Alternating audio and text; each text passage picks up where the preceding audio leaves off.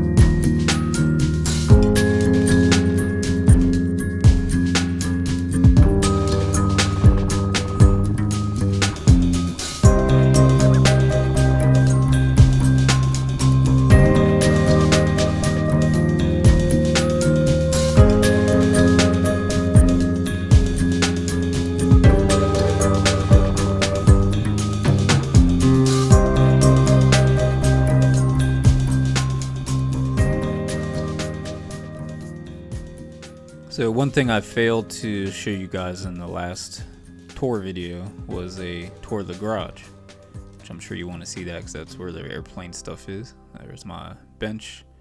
I have the two wings just hanging up because I don't need them right now. Then above those I have the flaperons hanging up there. Then I have the horizontal stabilizer and elevator on sawhorses. Then we got the frame and my car. It's definitely not as big as my last garage that I had, but still definitely doable. And if I need more room, I can always just take the car out and get more space. So yeah, that's the garage.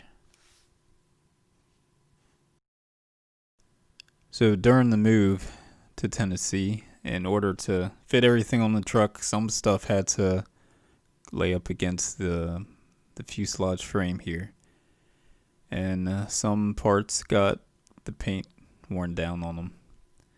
This camera would focus. There we go. So I've already painted it, but there were a couple spots, I think maybe 4 or 5 in total actually, that got worn down from stuff laying on them. So I had to go through and do the sandblasting and paint all that stuff again. But that's all done. I didn't bother making a video of that part since I already covered that in the previous video. So one important thing I should mention, if you look at the stabilizer here, if it looks like it's missing a rib, that's because it is. So I had to take this rib out. And the reason I had to take the rib out is because of that bearing mount there. So in the manual, one of the first things you do is use the reamer and ream all the bearing mounts. So I did that and continued on the manual, and then you have to, later on in the manual, you have to mount all the ribs, cut them to the appropriate size and mount them and everything. So I went ahead and did that. But when I went to go ahead and put the bearing into the bearing mount, it wouldn't fit. And that's because I didn't do a good enough job at reaming. So I had to take the rib out and drill a hole in one of the ribs, which is fine. These aren't load bearing or anything like that. But yeah, my advice to you is once you ream the stuff out, make sure everything fits in there properly. That way you don't have to take the rib out later on down the road. So in order to get the rib out, I used this heat gun. I believe I got it from Harbor Freight. I think it's like $20 or so. Don't quote me on that. It's been a while. But basically you just use that on the rib, and you want to heat up the epoxy there until it gets loose enough to where you can pull the rib out. So now that I'm ready to put the rib back on, and as you can see here, there's still some epoxy on there that I need to get off. So I'm just gonna use the heat gun on it and use a knife to scrape the epoxy off there.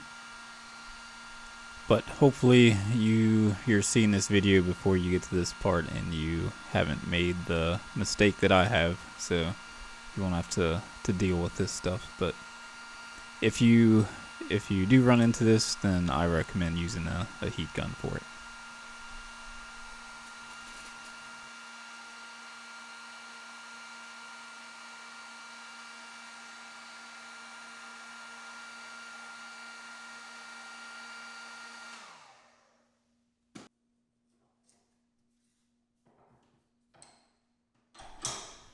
So I tried using a wood mixing stick thing for paint. I was able to get some off with it, but not as good as the knife would do. So went ahead and grabbed a knife to finish up the job.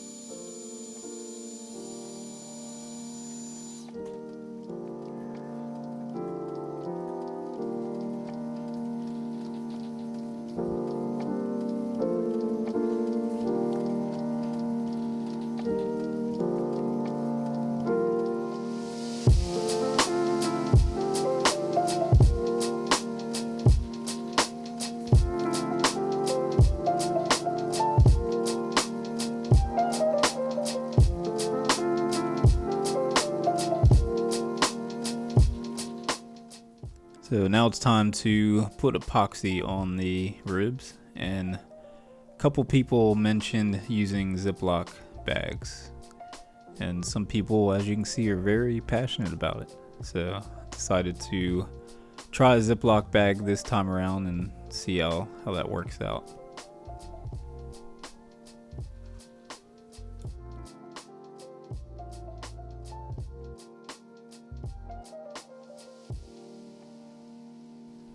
So it felt a little awkward at first after being used to using the syringes, but got used to it pretty quick, and I actually like it a lot better. I think it goes on cleaner and easier to work with, and best of all, you can just throw it away. You don't have to mess with cleaning up the syringes.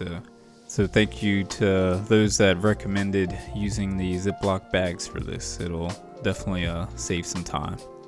So that does it for this update video. If you haven't already done so, please be sure to subscribe. And if you're liking these videos, be sure to give the video a thumbs up. Thank you all and have a good one.